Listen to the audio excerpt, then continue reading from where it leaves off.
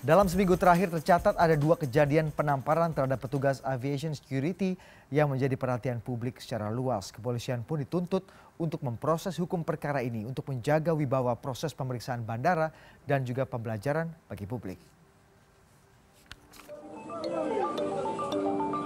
Kasus calon penumpang yang menampar petugas aviation security kembali terjadi. Kali ini terjadi di Bandara Internasional Soekarno-Hatta, Tangerang, Banten. Seperti dikutip dari detik.com, pelaku berinisial AG yang diketahui seorang dokter militer menampar petugas aviation security pada Jumat 7 Juli 2017 di Terminal 1A. Penamparan terjadi saat petugas melakukan pemeriksaan badan penumpang secara manual. Hal ini dilakukan karena lampu indikator menyala saat AG melewati walk-through metal detector. Karena kejadian itu, pelaku dan korban dibawa ke Polres Bandara Soekarno-Hatta untuk dimintai keterangan.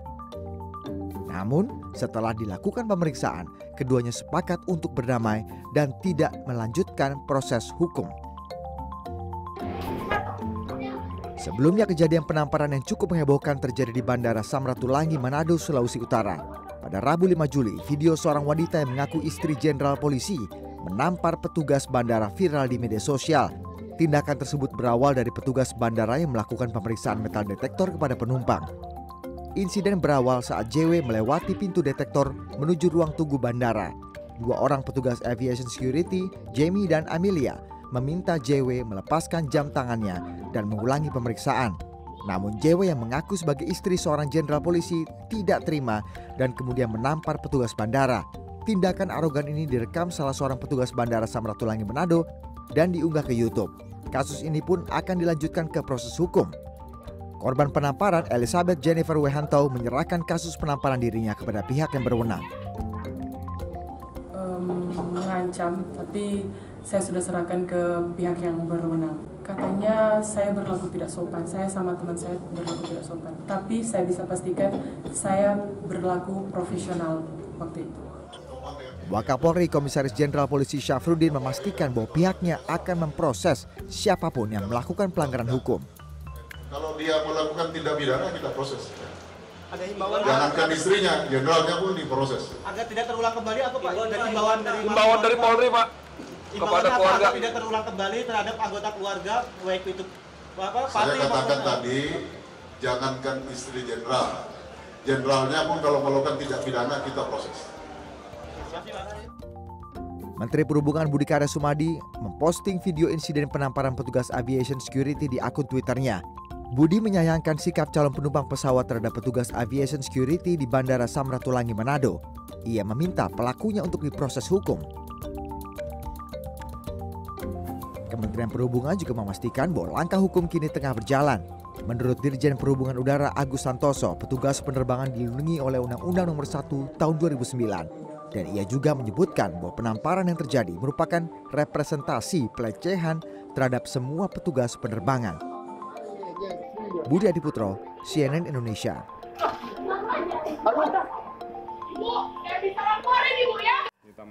Ya, peristiwa penamparan terhadap petugas aviation security yang terjadi 2 kali dalam 1 minggu terakhir ini dinilai melecehkan wibawa proses pemeriksaan di bandara. Bagaimana caranya menghentikan aksi arogansi bergaya preman di bandara ke depannya? Kami akan membahasnya bersama Bapak Yusman Syafi'i Jamal, mantan Menteri Perhubungan Republik Indonesia. Terima kasih Pak Yusman. Terima kasih. Assalamualaikum. Waalaikumsalam. Minal aidin wal faizin juga. Minal aidin, ya, makasih. Mas Agus Pambagio, analis kebijakan publik dari UI. Terima kasih Mas Agus atas kedatangannya pada malam hari ini. Saya akan ke Pak Yusman dulu. Kalau kita melihat ini suatu hal yang mungkin dulu sering kita lihat, tapi belakangan ini era media sosial membuat hal-hal yang mungkin dulu atau terlihat samar-samar sekarang menjadi terblow up ke depan publik. Seperti apa Anda melihatnya Pak Yusman? Kalau saya melihatnya sebenarnya menyedihkan ya, karena sebetulnya itu sejarah mengapa bandara itu harus ada proses untuk screening, itu sebetulnya sejak tahun 30 waktu kita mulai pertama sekali ada komersial,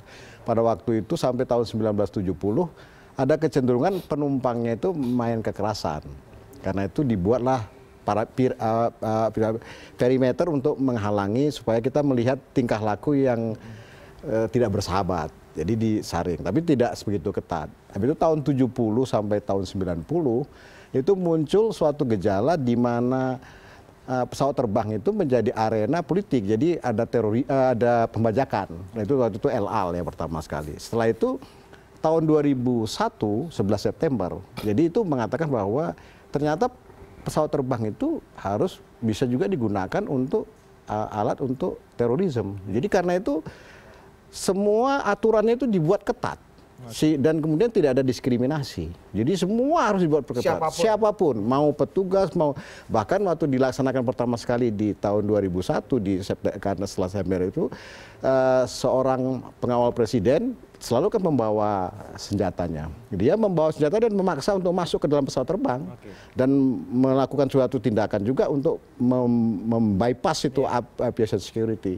Akhirnya pilotnya mengatakan, ya kalau kamu mau caranya begitu, kamu bawa aja pesawatnya sendiri. Saya keluar tidak mau membawa pesawat terbang sendiri karena ada aturan bahwa setiap orang tidak boleh bersenjata di dalam pesawat terbang dan harus dimasukkan ke dalam manut pilot. Jadi tingkah laku kekerasan itu memang tidak boleh ditolerir. Jadi karena itu meskipun kita kerap melihat banyak orang-orang yang suka marah-marah juga gitu. Ya, marah. Karena itu ada aturannya di dalam FAA regulation dan kemudian juga di Undang-Undang Nomor 1 Tahun 2009 serta di ketentuan dari Dirjen itu ada aturannya yang mengatakan bahwa tingkah laku semacam itu harus dicegah dan harus dihindarkan. Jadi karena itu saya sangat senang tadi Wakapolri sudah mengatakan jenderal pun kalau perlu kita tindak. Nah, jadi itu udah alhamdulillah artinya suatu sinyal bahwa polisi mau tegas. Kita lihat aja. Kalau kita bicara standar prosedur Pak Yusman, kalau kita lihat ini kan sebenarnya pengalaman kita pribadi aja kalau masuk ke bandara ada satu bandara yang tidak perlu copot belt gitu misalnya, ada yang harus copot gitu, atau perbedaan kualifikasi atau mungkin cara-caranya juga berbeda-beda meskipun peraturannya sama. Ini menurut Pak Yusman sendiri seperti apa? Kalau standar itu harus sama di seluruh bandara, maupun bandara kecil maupun bandara besar, itu harus sama. Kalau sekarang misalnya ada toleransi di bandara kecil, itu lebih karena sebetulnya petugasnya mungkin belum dilatih. Tapi bukan karena regulasinya, bukan peraturannya. Peraturannya itu semua bandara sama. Mau mengangkut 5 penumpang, 10 penumpang, bahkan kalau kita lihat di eksekutif jet juga sekarang juga perlakuan yang sama, mirip. Jadi bahkan kalau misalnya kita katakan saya ikut dalam pesawat terbang yang baru dibeli dari Boeing juga mengalami proses yang sama. Oke, jadi memang peraturan sekali lagi sama. Jadi siapapun yang harus melewati peraturan yang ada. Mas Agus, kalau kita lihat ini apa yang terjadi dalam seminggu 2 kali? Jumat kemarin juga terjadi lagi. Sebetulnya bukan seminggu 2 kali, sudah dari tahun kapan tadi Pak Isman udah bilang. Kemarin ada bintang 2 loh. Gitu ya, tahun lalu ada bintang 2 loh, sampai mukul di Cengkareng kan. Kami juga pernah merangkum beberapa kasus-kasus. Jadi artinya kan itu ada 2 SCP, ya security-nya. Satu kan tadi Anda bilang, kalau yang pertama memang nggak perlu copot, macam-macam. Tapi begitu 2 mau boarding, dia harus lepas. Ya kan? Dulu sudah mau dihilangkan, yang Brussels bermasalah, jadi dipasang lagi itu. Nah, jadi menurut saya itu standar pengamanan yang harus dilakukan. Angkutan penerbangan itu adalah transportasi paling aman kalau dia ikuti semua peraturannya. Begitu satu dilewati, ketika ada persoalan yang tidak biasa, selesai itu. Siapapun. Jadi saya kemarin usul pada Pak Menhub, udahlah Kapolri aja. Kayak kemarin kan ada Menhub yang dulu, Yonan kan ada di setiap SCP ada itu. Sekarang Pak Kapolri aja di situ. Biar lebih takut penumpangnya. Iya. Karena orang Indonesia pakai polisi diem patung aja takut. Iya. Tapi kalau orang Indonesia itu kan, ya kalau kita lihat budayanya kan banyak juga yang mentang-mentang. Tapi kan mentang-mentang itu kan mentang-mentang pejabat, mentang-mentang. Betul. Dan kadang saya sering mendapati dulu anggota DPR juga tidak mau diperiksa. Saya teriak saja dari belakang. Anda itu udah begitu. Sering sekali. Ya. Itu orang-orang kayak Mas Agus berani banyak penumpangnya juga. Sekarang persoalannya juga, saya tadi kemarin bilang pada Angkasa Pura, Perhubungan juga coba ditrain lagi lah si AFSEC ini supaya kayak satpam di perbankan kan ramah, selamat siang Pak, selamat pagi gitu. Itu dia Mas Agus. Itu Agus. satu sisi yang harus ditangani. Tapi memukul itu tidak bisa di negara lain. Anda mukul ada pidana loh itu. Iya. So penjara langsung. Di sini bisa diselesaikan secara kekeluargaan. Jumat kemarin di AFSEC di Bandara Internasional Soekarno-Hatta akhirnya selesai dengan damai gitu. Ya makanya hal semacam itu kan juga yang ibu-ibu itu dari di Samratulangin juga sama diselesaikan. Harusnya enggak begitu dia menyentuh saja itu pidana langsung masuk penjara itu. Tapi Anda melihat bahwa ada problem sendiri nggak sih Mas Agus dalam bagaimana para petugas AFSEK ini Iya, melayani kan dia publik. harus dirotasi setiap berapa? 4 jam, 6 jam, saya lupa Pak Yusuf. Itu karena lelah. Kan yang satu melihat dia pas screen, lalu yang meriksa. Itu harus bergantian rutin. Karena itu kan emosi bisa naik kalau orang marah. Tapi memang dia harus terus di training supaya keramahan tadi. Karena ini berhubungan dengan manusia. Dan orang Indonesia kan cuek. Kalau dia semakin berpangkat, dia semakin bertingkah. Gitu. Itu ciri orang Indonesia. Nah itu ciri orang Indonesia. Tapi Ya. kan ini masalahnya tidak hanya penumpang yang kerap seperti itu Pak Yusman, tapi juga petugas juga Ya. kerap mentang-mentang petugas, mentang-mentang yang punya power di Kan sana. coba gini, kalau Juga kalau ketangkep polisi di tengah jalan, siapapun lah, pasti kalau wartawan menggunakan kartu pes, lolos itu, ya kan? Tapi kalau ini keponakan, ini paman saya, takut juga yang nyegat. defense sistemnya Ya. seperti itu. Ya. Tapi kalau Pak Yusman sendiri melihat bahwa terlepas dari perlakuan kasar yang memang harus dihukum secara pantas gitu, regulasi juga sudah ada, tapi pelayanan para petugas AFSEK ini memang juga perlu disoroti nggak Pak Yusman? Kalau terkait dengan pelayanan, services? kalau kita masuk ke bandara di Amerika malah lebih galak. kenceng. Lebih galak, mukanya pun tidak pernah senyum. Jadi artinya, maksudnya itu begini, yang kita hormatin itu bukan orang dan perilakunya, tapi yang kita hormatin itu adalah dia atas nama undang-undang melaksanakan tugasnya. Jadi, dan makanya itu yang sangat-sangat mengecewakan kita adalah sekarang ini kok yang melakukan penamparan, pemukulan itu sebetulnya adalah orang yang juga sebetulnya mengetahui tentang undang-undang. Setiap petugas, misalnya petugas polisi, kita menghormati bukan karena petugas itu dia senyum atau tidak senyum, tapi karena dia polisi itu atas nama hamba wet, kan, atas nama hukum, dia kita hormati. Begitu juga ini petugas AFSEK. Dia atas nama undang-undang menjalankan tugasnya. Dan pada waktu itu teritorial dia. Oke. Jadi karena itu sebetulnya mau pangkatnya seperti kata Pak Wakil Kapolri tadi adalah bahwa mau pangkatnya Jenderal tinggi sekalipun itu adalah harus menghormati, bukan menghormatin orang itu, tetapi menghormatin undang-undang yang diwakili oleh orang tersebut. Oke. Yaitu Jadi memang tidak perlu ramah petugas AFSEK. tidak perlu ramah, karena kalau kita lihat di bandara yang katakan bandara di mana tuh, Los Angeles misalnya, atau kalau kita masuk di situ kan dia Kita yang udah jiper duluan. ya, Pak. ya, itu keren. Dia tenang, karena sebetulnya Badannya besar, kita badannya kurang kecil. makan. Nah, dia hanya mengatakan bahwa Pak, Bapak atau begini, dia cuman suaranya tegas, cuman dia tidak berteriak. Oke. Tapi bukan berarti bahwa dia harus senyum terus misalnya. Tapi maksud saya itu mengatakan bahwa si AFSEK itu seperti kata Pak Agus tadi memang perlu di training. Di training itu bukan untuk, sebetulnya yang paling penting itu adalah di training untuk memahami psikologi daripada penumpangnya. Penumpang itu yang harus dipelajari psikologinya. Oh, ini orang ternyata kalau cara ngomongnya keliru karena kita ada di istiadat ya, misalnya kita berhadapan dengan orang dari daerah mana, mungkin dia cara membicarakan nggak mau dipanggil Dek, pengen dipanggil Bapak. Ada yang orang mengatakan kalau dipanggil Abang lebih senang, misalnya kayak hal semacam itu. Jadi secara psikologis ya membuat supaya semua orang merasa nyaman ketika diperiksa. Nah, Mas Agus, ini penting nggak sih Mas Agus mengenai psikologi? Kalau tadi kita sangat penting, Bu. train itu penting, tapi dijawabnya lebih enak di segmen berikutnya. Kami akan segera kembali usai jeda berikut ini.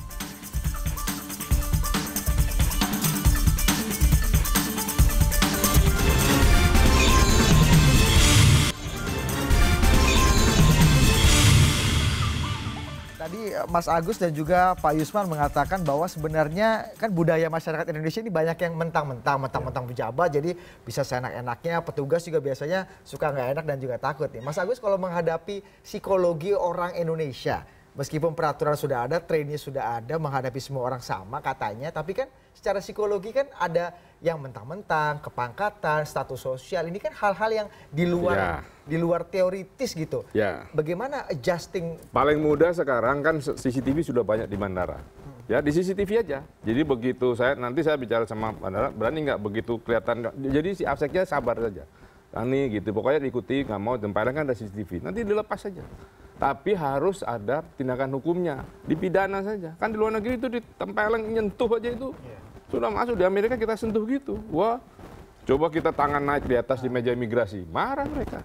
Tapi kalau training-training khusus dengan kondisi sangat keindonesiaan tadi yang dengan budaya mentang-mentang itu memang perlu ada training khusus atau pengetahuan lebih. Ya adalah tambahan ilmu pedagogi namanya. Sendiri. Ya ilmu pedagogi mengajar gitu kan. Itu kan di psikologis murid juga guru juga harus tahu. Sama sebatas itu. Ya kalau orang kita pengen diwongke gitu, ya kita ramah tadi. Kalau di Amerika sih dia diem aja begini. Nggak ada, langsung diambil kita, taruh di ruangan.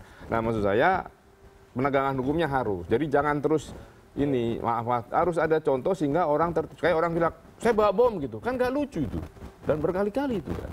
Kalau bicara penegakan hukum nih Mas Agus, tadi kan kita lihat Ibu JE yang kemudian ini kan sudah diproses hukum tapi sudah meminta maaf. Kita masih lihat proses hukumnya kemungkinan saja akan berdamai. Tergantung yang ngadu, kan? Tergantung yang ngadu kan. Ya, kalau kemarin yang ada di Bandara Internasional yang kolonel dokter itu, kolonel itu sudah berdamai katanya. Ya, ada surat tertulis tanda tangan. Menurut Mas Agus sendiri seberapa penting sebenarnya upaya hukum, penegakan hukum betul-betul untuk misalnya ya kan kita kan memang bangsa yang permisif ya dan cepat lupa. Ya, menurut saya sih kalau udah ini kan melanggar, saya sih tanya Pak Yusman karena beliau waktu itu menteri waktu itu kita ngurus undang-undang nomor 1. Kita keras semuanya. Ya. Kalau enggak buat apa kita capek-capek bikin undang-undang? Pak Yusman selama ke DPR bolak-balik.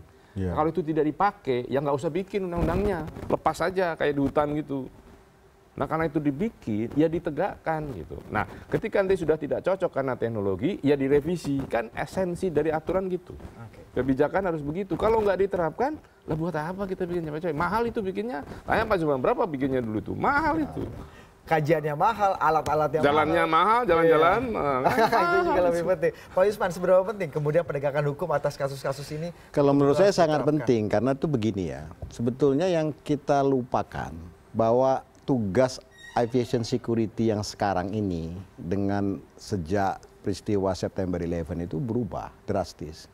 Mereka itu bukan memindai potensi kekerasan, tetapi yang mereka pindai itu, yang mereka screen itu adalah potensi terorisme yang menggunakan pesawat terbang. Nah, yang saya khawatirkan adalah langkah-langkah orang yang gampang menggunakan kekerasan ini dapat dijadikan suatu titik lemah, penanaman benih agar teroris itu malah bisa masuk. Karena kita ingin melunakkan, katakan absek, dan kemudian mau mengatakan permisif terhadap semua tingkah laku, kita mau mengatakan bahwa oh semua orang Indonesia baik. Karena itu dia tidak perlu dipindai, dan karena itu dia boleh masuk bebas. Dan sini akan menjadi potensi ancaman. Jadi karena itu sebetulnya kita harus malah mendukung agar aviation security itu diperkuat. Semakin galak. Semakin galak, karena semakin panjang. Kalau di Jepang makin panjang, makin beres, makin teliti dia. Karena belum tentu saking canggihnya itu terorisme itu, dia bisa menyelinapkan seluruh benda-benda berbahaya di dalam suatu hal yang bersifat biasa. Jadi kan orang tidak mengetahui apakah beliau itu yang dipindai itu adalah istri pejabat, ataukah dia itu seseorang pejabat atau seorang yang penting meskipun dia berpakai seragam. Kan mereka tidak boleh memandang itu. Mereka semua mengatakan bahwa setiap orang itu mempunyai benih yang bisa dimanfaatkan oleh orang lain untuk dia lolos. Jadi misalnya di sini bertengkar, berkelahi, terus tiba-tiba yang ini lolos misalnya, hal semacam itu. Dan itu terjadi ketika pertama sekali justru yang terjadi misalnya kita harus ingat kembali pada September 11 itu adalah bahwa 50% daripada terorisme yang berhasil mengambil alih pesawat terbang itu sebetulnya sudah dipindai dan dikatakan bahwa orang ini berbahaya. Dan kemudian pada waktu itu yang mereka hanya mengapa berbahaya? Karena membawa kotak cutter. Nah, simpel itu. Ketika itu mereka mengatakan bahwa tidak ada rule atau aturan untuk mengatakan bahwa cutter nggak boleh dibawa masuk. Jadi dibawa. Ternyata cutter $1 itulah yang menyebabkan terjadinya September 11. Maka sejak itu dirombak. Maka dilakukan pemindaian semua barang berbahaya. Terus kemudian jam mengapa dibuka? Karena ada peristiwa di mana jam itu juga ternyata bisa dibuat untuk disimpan misalnya pemicu dan lain sebagainya. Jadi tidak ujuk-ujuk kita Pak Yusman. Bukan, ini semua sejarah. Sejarah yang lama dari jadi 2001 tuh sekarang udah hampir 16 tahun. Jadi suatu evolusi pengalaman. Misalnya sekarang kalau kita dari 5 negara di Timur Tengah ke Amerika, kan kita nggak boleh bawa laptop. Mengapa? Karena ditemukan di daerah Syria dan Libya, itu ada laboratorium di mana terorisme itu berupaya mempaketkan bom, masukkan ke dalam laptop, dalam iPhone yang kecil. Sehingga karena mereka mengatakan bahwa, wah, kita nggak mempunyai pengetahuan tentang ini, maka lebih bagus dilarang. Jadi semua dilarang. Nah karena itu orang marah. Mengapa orang bawa laptop saya nggak ada apa-apa kok saya dilarang? Tapi ya peraturan ada peraturan. Keributan-keributan seperti ini. Jadi peraturan adalah peraturan. Nah itu yang sebetulnya yang harus kita harus sadarkan kepada masyarakat kita. Jadi yang dihormatin itu bukan orangnya. Yang kita hormatin itu adalah upaya mencegah terjadinya benih-benih, baik benih-benih kekerasan, benih-benih pembajakan, benih-benih terorisme yang bisa menyelusup masuk ke dalam pesawat terbang. Jadi publik atau masyarakat juga harus menurunkan egonya. Ya, menurunkan egonya. Kita jangan tempatkan ego kita pada jam, pada jangan. Tapi tempatkanlah bahwa kita menghormatin petugas yang sedang melaksanakan amanat undang-undang. Kalau tadi Pak Yusman, Mas Agus juga cerita di Amerika sangat ketat sekali bagaimana peraturan itu dijalankan, petugas AFSEC juga galak sekali. Di Indonesia sendiri Mas Agus melihat banyak celah-celah, kompromi-kompromi, bolong-bolong yang masih sangat ya sangat banyak. Misalkan dia di SCP itu 3 orang, 1 lihat skin, yang 2 mengawasi. Nah ini kadang-kadang ada yang ngobrol, ya itu juga nggak boleh. Ada yang nyender di tembok, itu dia harus tegas terus. Nah saya lagi kepikiran apa ia didampingi aparat TNI misalnya. Ya benar, setuju. Ya karena ini sudah berbahaya. Kan si pemindah itu juga tidak semuanya bisa 100% bekerja dengan baik. Itu kan bisa di-setel. Oke, kalau untuk kasus kesewenang-wenangan pejabat publik gitu misalnya yang ingin dapat lolos cepat. Menurut saya nggak ada pengecualian, ini soal security. Tapi di Indonesia sendiri Anda lihat masih banyak nggak praktek-praktek pengecualian seperti ya masih, terutama kalau ada pengawalnya gitu. Nah itu nggak boleh. Sudah tidak boleh, semua harus masuk. Makanya apakah di situ ada polisi militer atau apa yang semua orang takut, karena nggak bisa. Dan kita memang cenderung begitu, apalagi yang masih baru-baru naik pangkat, jadi politisi, nah itu biasanya bertingkah begitu. Beli tiket, beli apa, mau duluan aja. Padahal semua orang kan harusnya mengantri satu-satu, kadang-kadang dia selak begitu. Nah nyelak begitu itu juga berbahaya, karena kan tiba-tiba masuk, gitu. Ya kan dicopot segala macam kan, ini repot amat sih. Ya.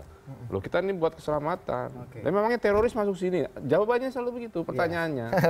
Untuk loh kita ini manusia gitu ini di Indonesia bisa masuk ke apron kok. Lihat di Cengkareng beberapa kali. Itu nggak boleh itu. Iya.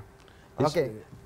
Kalau dari Anda Mas Agus, kritik-kritik apa yang kemudian selain bagaimana masyarakat juga harus menahan diri seperti kata Pak Jusman tadi? Kritik-kritik apa yang memang sangat perlu diperbaiki oleh pihak otoritas bandara lah untuk bisa menangani premanisme ala pejabat seperti ini? Posisi AFSEC sekarang ini ada di bawah PT Angkasa Pura.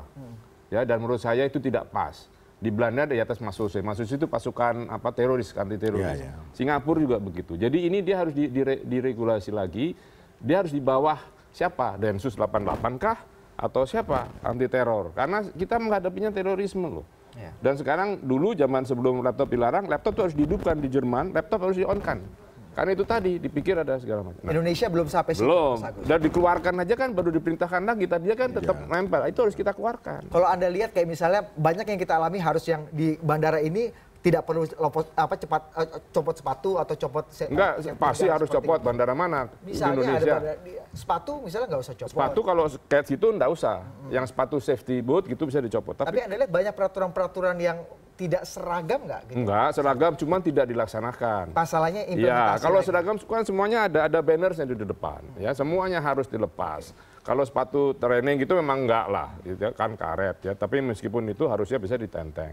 Nah jadi artinya itu diterapkan karena itu berbahaya.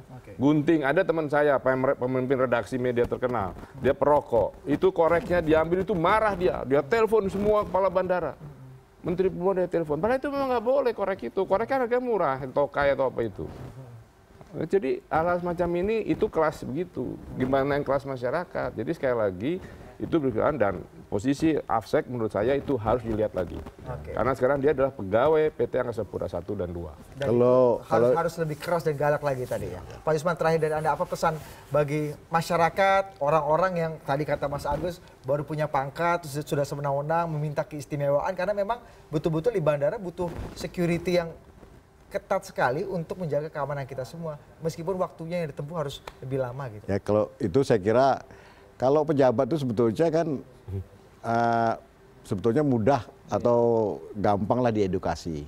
Kan kalau kita mengasih tahu bahwa ini harus memberikan contoh, pastilah beliau. Dulu Pak Menteri dulu ini kan ikut Saya diperiksa ikut juga diperiksa, kan ikut Pak diperiksa. Yusman? Nah kalau usulan dari Pak Agus yang menarik itu sebetulnya memang APSEC itu posisinya. Kalau di Amerika itu kan ditempatkan di bawah Homeland Security, bawah TSA. Mungkin ini bisa ditarik di bawah Kemenhub. Jadi supaya bisa buat diseragam.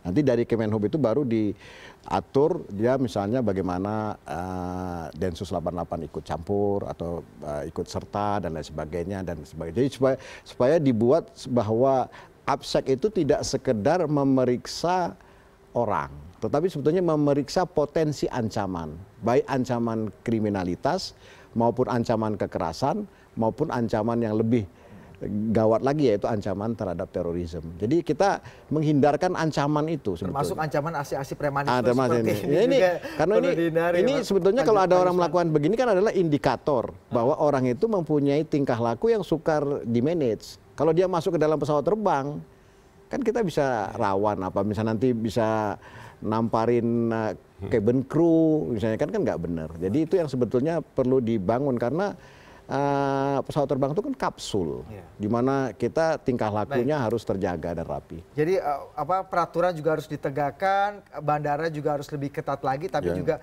masyarakat juga harus mengerti lah ya. Mengerti, bahwa memahami. Memang ini masalah security untuk keamanan kita bersama. Jadi kita menghormatin sebetulnya aparat yang menjalankan undang-undang. Oke, meskipun kritik juga masih banyak harus diimprove tadi ya, tapi Pasti. nggak harus ramah kayak pegawai bank atau pegawai pajak gitu, Pak Yusman ya, karena memang tugasnya harus galak-galak APSEC itu. Terima kasih Pak Yusman, Terima kasih. Assalamualaikum. Perbincangannya malam hari ini. Rangkuman fokus bahasan kami malam hari ini akan segera hadir usai jeda berikut. Tetap bersama.